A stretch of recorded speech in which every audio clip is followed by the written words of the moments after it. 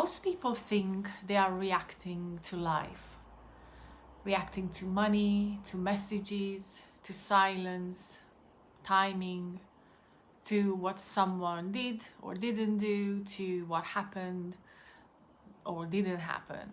But what if that's not true? What if you are not reacting to life at all?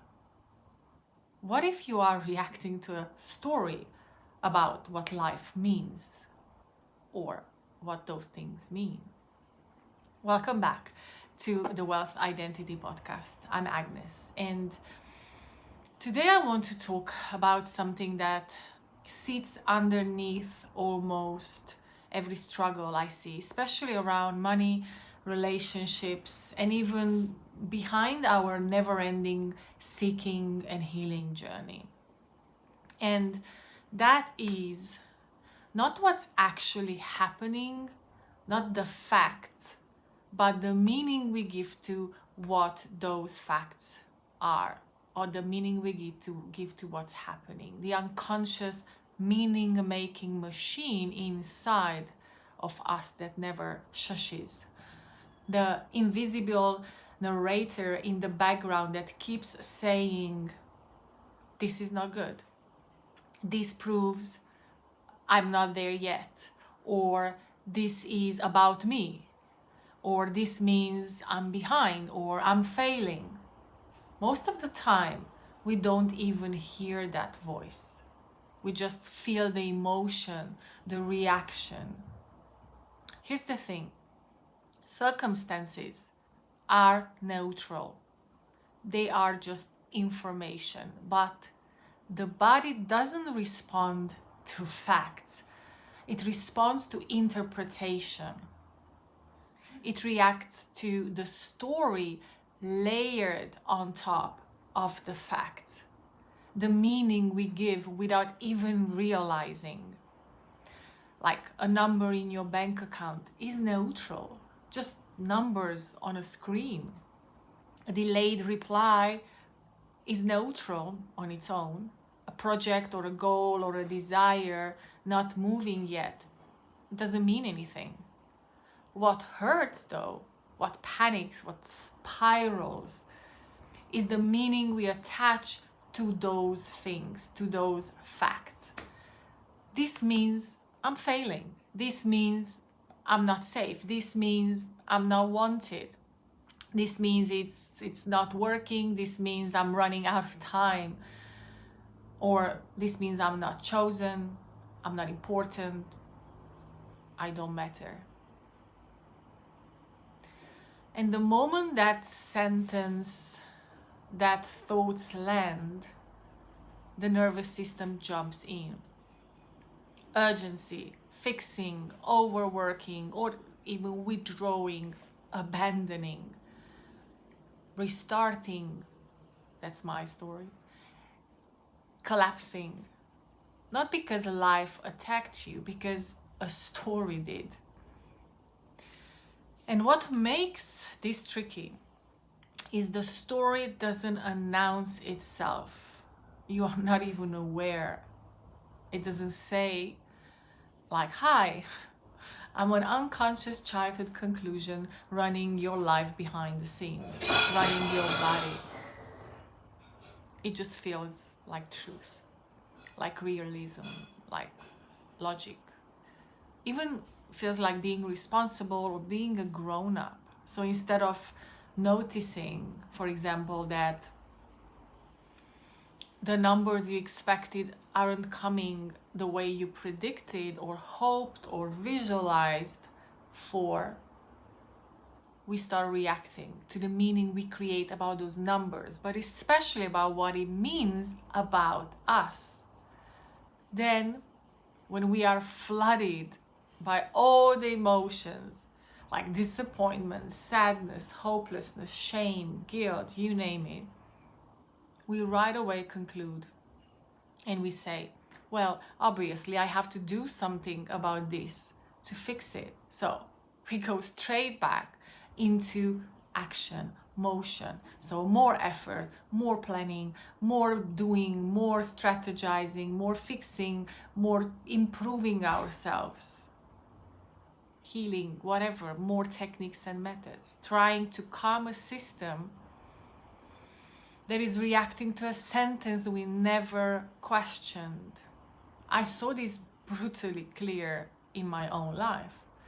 For years, money instability was my, never-ending theme. Different projects, different countries, different plans, always rebuilding, always recalibrating, always trying to land in something that finally felt stable and consistent out there. And from the outside, it looked entrepreneurial, like hardworking and building a passion business, always having new things. But inside, it felt exhausting. And what I eventually saw wasn't reacting to numbers. I was reacting to a much older sentence. I'm not safe. I have to secure myself. I can't relax yet. I need to earn this. I need to fix this. I need to make sure I can't settle. So of course my life kept organizing around instability. Because life, the out there, is always loyal to your story, even if it's unconscious. And every new situation became evidence. See? It's still not working. See? It's still unstable. See? It's still not safe. It's still not working. That's how loops survive. Continuous creation and reaction. At some point, I realized something uncomfortable. Like seeing your assumption while you are emotionally active and activated is very, very hard, because when fear, shame, urgency, pressure, pain, hurt come up, the brain is not in a recognition mode, it's in a survival mode. That's actually why I built something new, not another program telling people what to believe, because we have a lot of that, but a space that reflects you back in real time, without interpretation, without coaching, without healing, without wanting to fix you, without any hype. It's an AI-powered, interactive, undistorted reflection space that mirrors the sentence you are speaking from while it's active, while you are in a trigger, why it is so, and you cannot argue with it. I'm opening that space on the 16th of February. So if you are curious, I put a link in the description box so you can just read about it. Okay, back to the main point. I said this before. 3D is the stage where your assumptions are being played out, where the script is being played out with characters coming and going. Therefore, 3D is just delayed information, nothing else. And I don't mean you pretend circumstances don't exist, like bills don't exist, or emails don't exist, or bodies don't exist, or relationships. What I mean is they don't get to define who you are. They don't get to decide your future. They don't get to be the narrator.